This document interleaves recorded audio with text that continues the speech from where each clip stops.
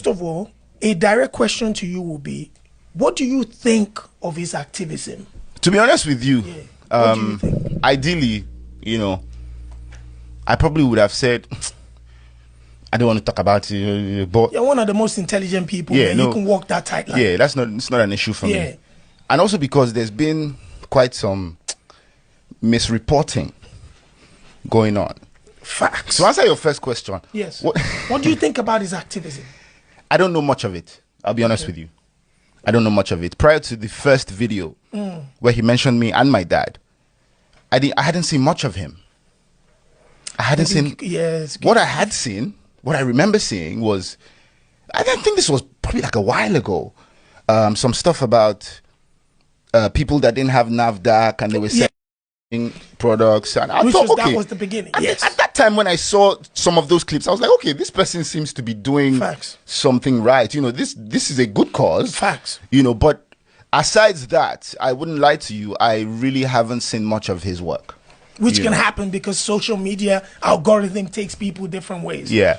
Now this person one day thought it wise to turn on his ring light, sit down, and via direct statements, insinuations, and innuendos, allege that myself and my dad connived with some certain individuals to manipulate justice and bribe the EFCC. And adding that the reason I've done this is because I have a homosexual relationship with Bobrisky. Going further to say that my posturing as an activist, everything is false. Yeah. How did you feel about when that came out? Personally, how did you feel? How would anyone feel? It's horrible things to say. Absolutely no proof. Why would you just come and allege all these things? You have absolutely nothing to support all these statements.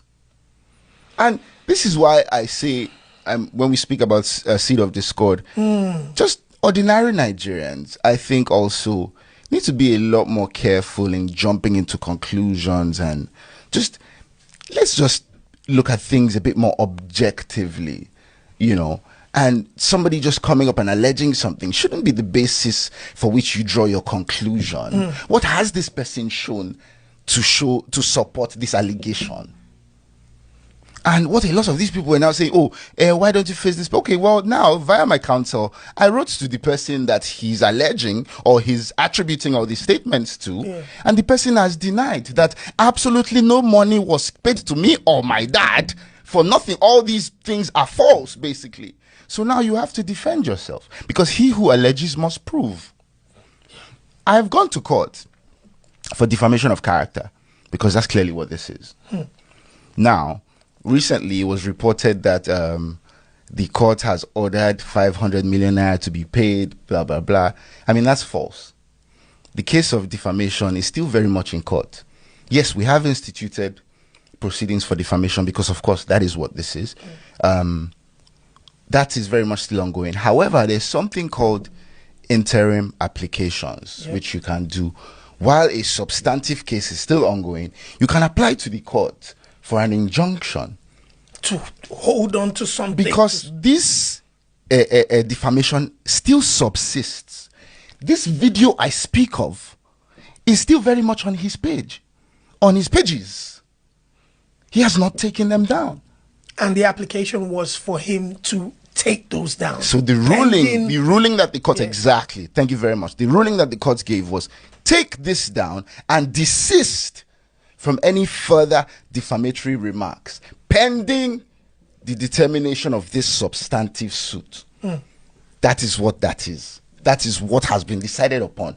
Of course, in my defamation suit, I'm going to ask for damages because that is the only remedy available in a civil suit.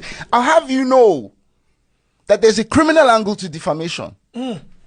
I chose not to go that route. So there is a criminal angle. There's a criminal angle to defamation now. He could very well have been arrested.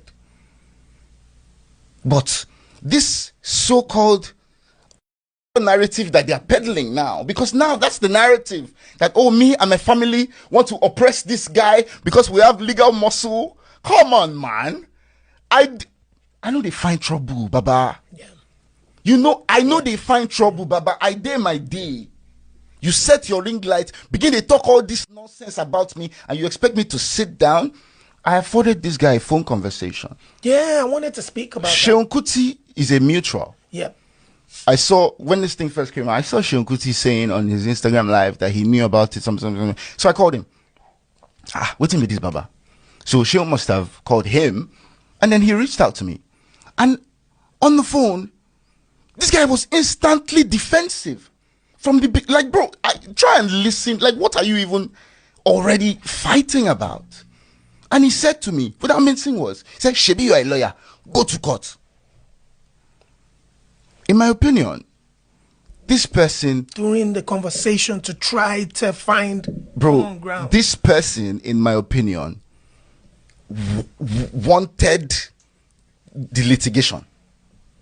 Now, what he thinks that does for him, I do not know. I do not know what he thinks that does for him. I don't know if he thinks it will posture him as some sort of hero. But he clearly wanted the litigation. Without that conversation went. Because as soon as you posted this this thing, I sent you the pre-action notice saying what you've posted is a load of bollocks, you know, absolutely false.